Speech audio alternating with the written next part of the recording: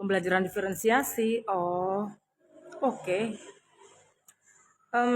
Saya bukan mau mengartikan sih, cuman yang saya tahu aja pembelajaran diferensiasi itu adalah pembelajaran yang memfasilitasi siswa kita ya sesuai dengan kondisi siswa, gaya belajarnya, kemampuan dominannya, dan ya bagus juga sih, walaupun cuma agak ribet aja. Kenapa?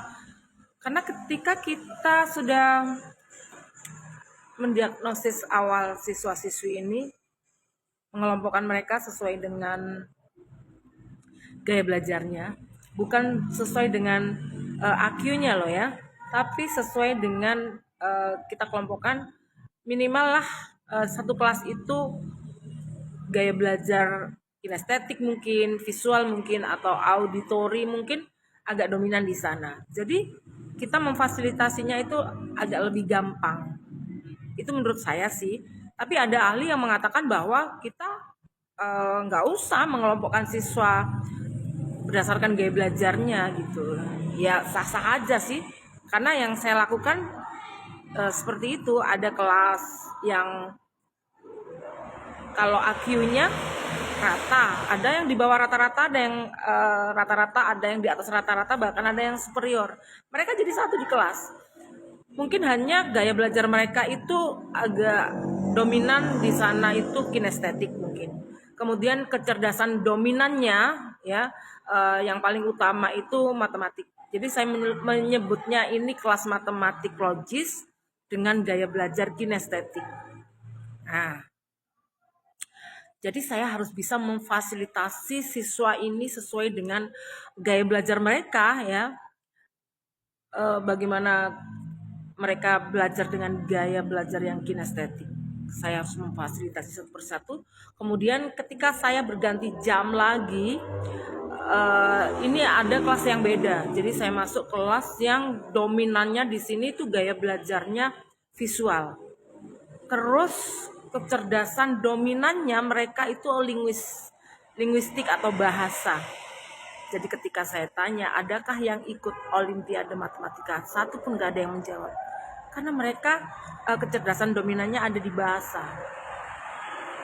Jadi saya harus memfasilitasi lagi dengan gaya mengajar yang berbeda sesuai dengan gaya belajar mereka yang visual. Jadi bayangkan ya, mungkin saya harus memperlihatkan gambar-gambar, kemudian walaupun di dalamnya juga ada anak yang kinestetik, ada yang auditori, tidak dominan. Maksudnya tidak seluruhnya itu harus visual, tidak. Hanya visual itu yang dominan. Jadi kita agak mudah gitu membersamai mereka, memberi perlakuan kepada mereka. Berikutnya di jam pertama, kedua, 3, 4, 5, 6, saya harus pindah kelas lagi. Dan ini punya gaya belajar yang berbeda juga. Saya menyebutnya ini campuran antara visual dan auditori, dan mereka ada di punya kecerdasan dominannya itu di natural matematika. Nah ini beda lagi. Di jam berikutnya lagi, jam terakhir ngajar matematika ini ya, saya harus masuk kelas lagi dengan gaya belajar yang berbeda lagi dan kecerdasan dominan yang berbeda lagi. Jadi bayangkan ya, seorang guru dalam sehari harus punya gaya mengajar yang sesuai dengan gaya belajar siswanya dan kecerdasan siswanya yang berbeda-beda juga, kecerdasan dominan siswanya yang berbeda-beda. Makanya kadang-kadang kalau ada yang nyebut guru itu gampang dan lain sebagainya, coba dulu ngajar barang 1 minggu, ngajar penuh loh ya. Apalagi kelas matematika harus di jam terakhir, dan itu kelas bahasa. Bayangkan